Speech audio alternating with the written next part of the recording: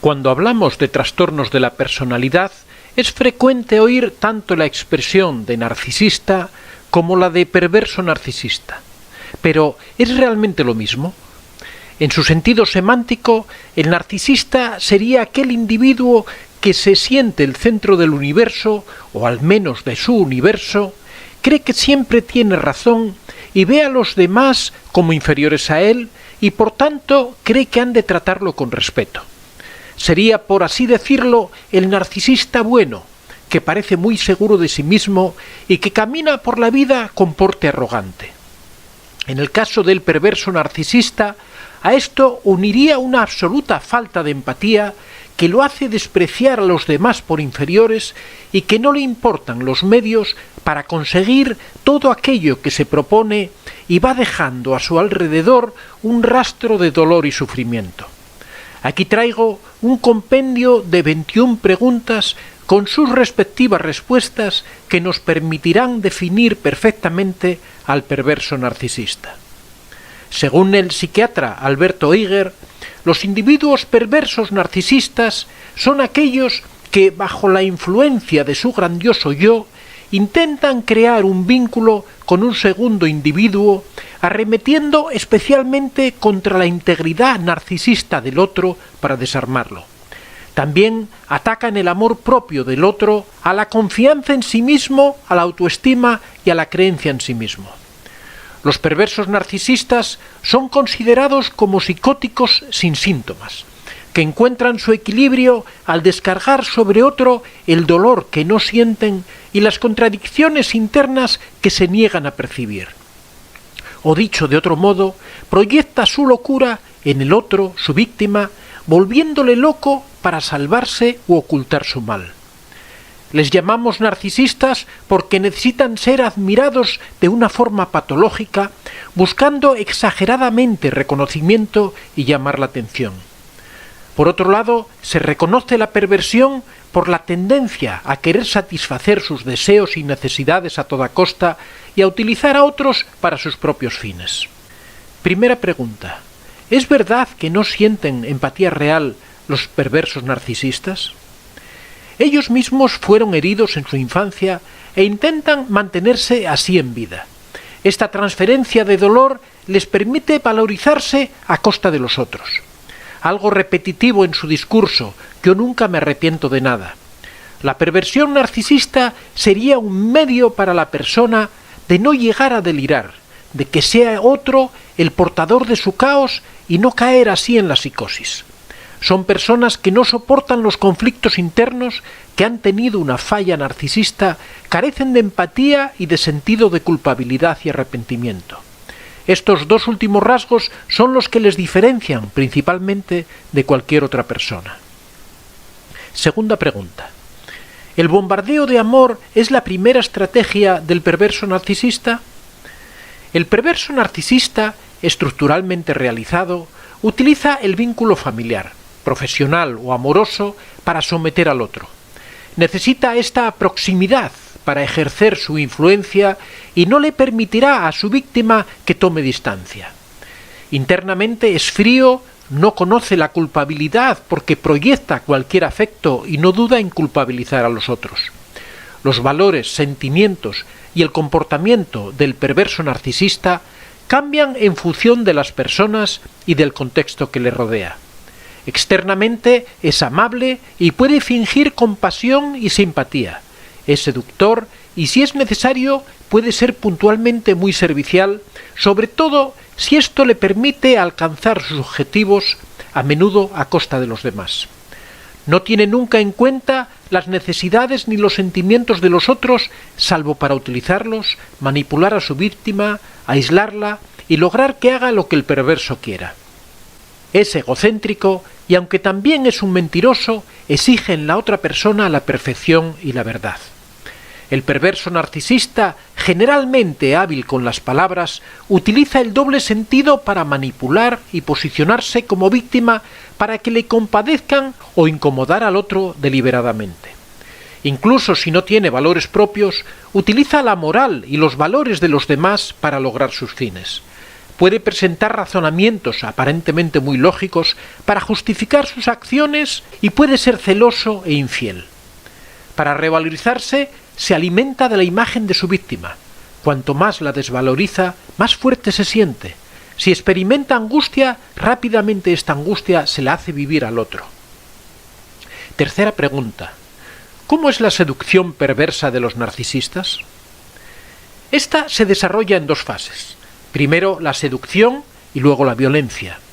La seducción perfecta se hace utilizando los instintos protectores del otro. Es la seducción del perverso. No es una seducción amorosa, sino que pretende fascinar sin dejarse atrapar. Hace que la realidad se vuelva confusa.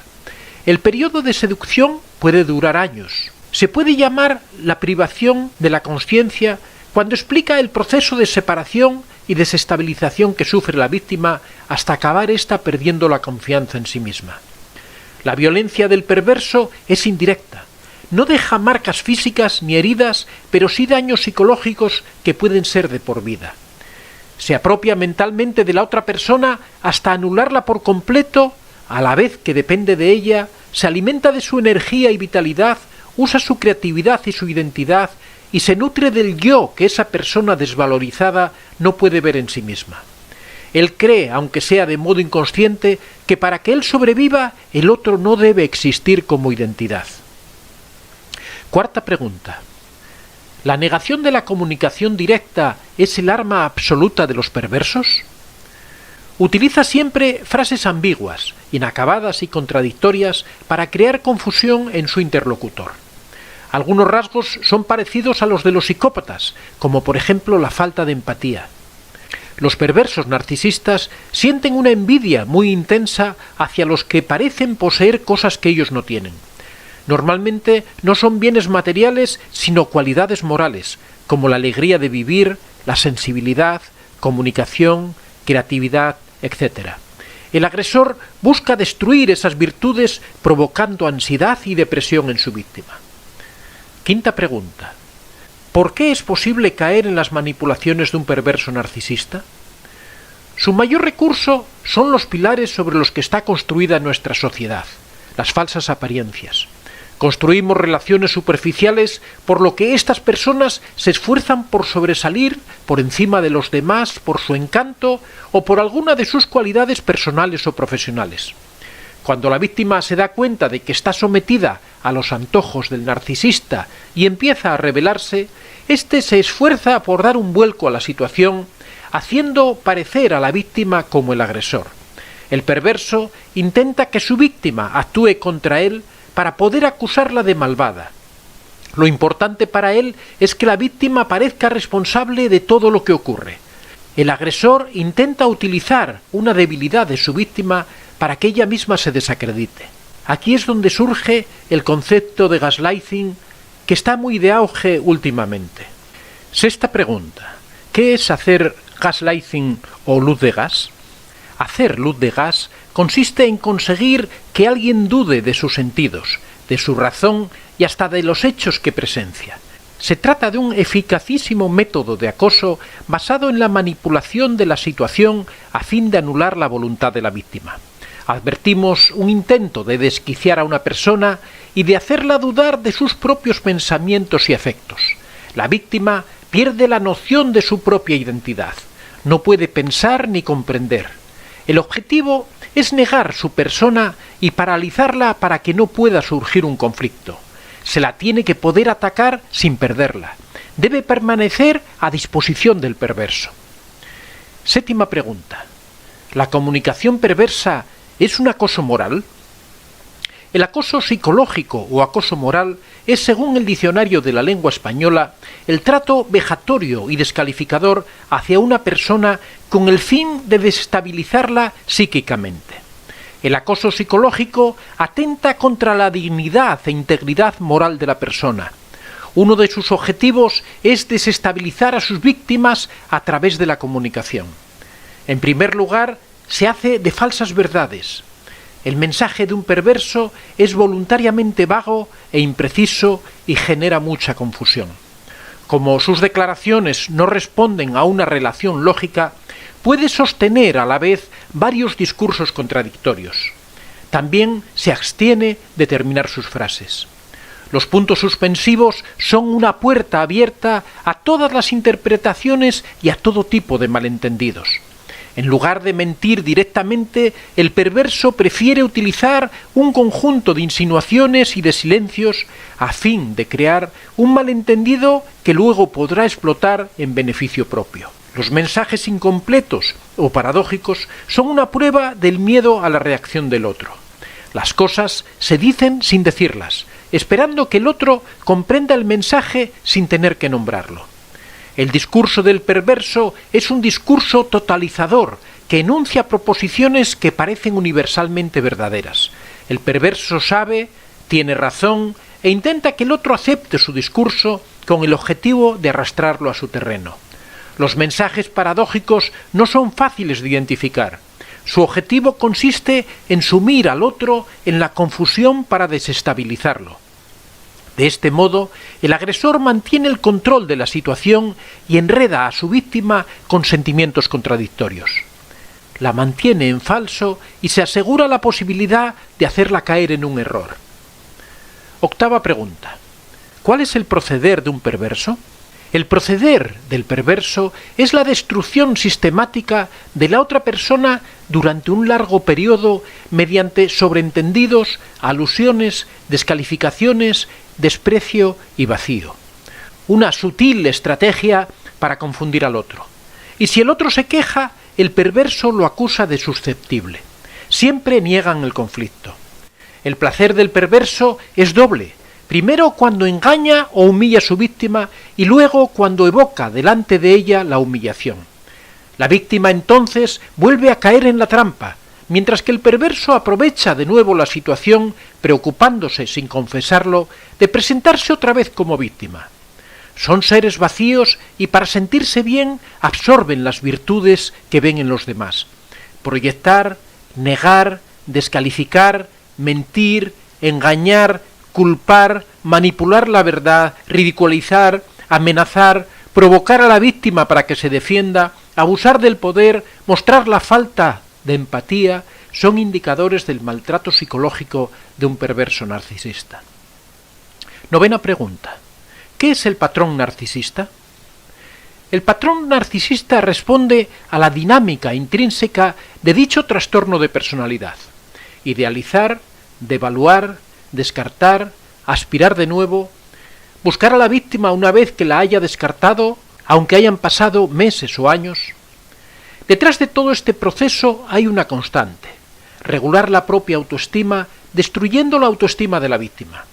Esta es la preciosa perla que el narcisista quiere robar a través del ciclo de la relación: idealizar, devaluar, descartar, aspirar. Décima pregunta. ¿Quién es el perverso narcisista? El perverso narcisista es alguien que tiene miedo a caer en la psicosis, por lo que emplea mecanismos de defensa psicológica, pero de tipo especial, muy proyectivo, y va a intentar, sin darse cuenta, hacer soportar a la otra persona las cosas que él no soporta. Pregunta número 11. ¿Sería un sinónimo de maltratador psicológico? Maltratar a alguien sí, pero sin que la víctima se dé cuenta, intentando que se viva como algo normal, como algo habitual. Es un maltrato, pero porque la víctima se lo merece. Quien bien te quiere, te hará llorar. Ese es su lema. Pregunta número 12. ¿El perverso narcisista es consciente de lo que hace? No, el perverso narcisista no es consciente de lo que hace porque siempre te va a decir que tiene razón, que lo hace porque te lo mereces, porque es bueno para ti saber lo equivocado que estás. Pregunta número 13. ¿Cuál es el perfil de la víctima? Las víctimas suelen ser personas generosas, sinceras, amables, con confianza en la relación, pero que pecan de ingenuidad. Les falta confianza en ellas mismas y buscan una relación que les ayude a estructurarse. Son demasiado empáticas y responsables. También son protectoras, consuelan y quieren complacer. Y pueden ser orgullosas, lo que les impide verse a sí mismas como una víctima. Pregunta número 14. ¿Cuál es la relación del perverso narcisista con su víctima? Es una relación de dependencia. De hecho, cuando la víctima te habla de su agresor, parece a veces que te habla de una droga. Se puede decir que la adicción es buscar siempre algo que no encontramos nunca. Somos adictos a lo que no nos da nada. Es increíble. El perverso narcisista no permite que la víctima se distancie. Pregunta número 15. ¿Cómo afecta a la víctima esta relación? Si la persona narcisista perversa no soporta el conflicto interior y lo proyecta en el otro, se puede decir que la víctima soporta el conflicto en ella misma. ¿Pero qué es el conflicto? Son dos energías en sentido contrario que actúan dentro nuestro. Así que la víctima o cae en una depresión nerviosa, o acaba loca, o somatiza y en ese momento ha ganado el perverso porque puede decir: mira quién está loco ahora. Pregunta número 16. ¿Se pueden curar las víctimas? Sí, fácilmente. La dificultad está en salir de la relación, pero una vez logrado, desaparecen los síntomas que han creado en las víctimas. Es recomendable someterse a terapia para averiguar por qué se ha sucumbido y evitar repetir. Pregunta número 17. ¿Sirven para reparar la falla narcisista por la que el perverso penetra en su víctima? Sí, inconscientemente el perverso tiene un mal concepto de sí mismo y necesita una víctima para limpiar su imagen. Se colará en ella a través de sus debilidades. Es la identificación proyectiva. Atribuye a otro lo que no quiere ver en sí mismo. El otro lo permite, a través de la identificación introyectiva, de la que tiene que deshacerse cuando rompe. La naturaleza de esta relación es esquizofrénica. El Dr. Jekyll genera una fusión con su víctima, Mr. Hyde. Pregunta número 18. ¿Es posible curar al perverso narcisista? No, es imposible, porque jamás lo pedirá. Su meta es enmascarar su locura en otros. Pregunta número 19. ¿Hay muchos perversos narcisistas? Todos podemos tener mecanismos perversos. El problema es que en el perverso toda su personalidad se construye en torno a esos mecanismos. Si una persona utiliza en alguna ocasión alguno de estos mecanismos, después sufre y se arrepiente. El perverso narcisista, aunque debería sufrir, no lo hace. No tiene la capacidad de ponerse en el lugar del otro que considera un objeto de supervivencia. Pregunta número 20. ¿No reinciden las víctimas? Sí, porque en esa fusión esquizofrénica que se produce, el perverso proyecta en ella una imagen ideal de sí misma y cuando se va, la pierde. Esto provoca deseos de reengancharse, pero como el perverso solo la abandonará cuando encuentre un reemplazo, puede volver a caer fácilmente. Hay que salir corriendo. Sí es lo que hay que hacer, hay que poner distancia. El perverso puede volver a llamar, a decir cosas agradables, a embaucar. Por ello no hay que responder, pero generalmente las víctimas contestan, y el otro te va a decir exactamente lo que quieres oír. Si no encuentran sustituto, insisten con la víctima anterior. Pregunta 21 y última. ¿Tiene solución el perverso narcisista?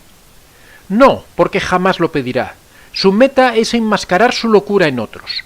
La suerte para la víctima es que en 3 meses puede librarse del germen. El perverso nunca podrá funcionar de otra manera. El mejor regalo que podemos hacerle es dejarle.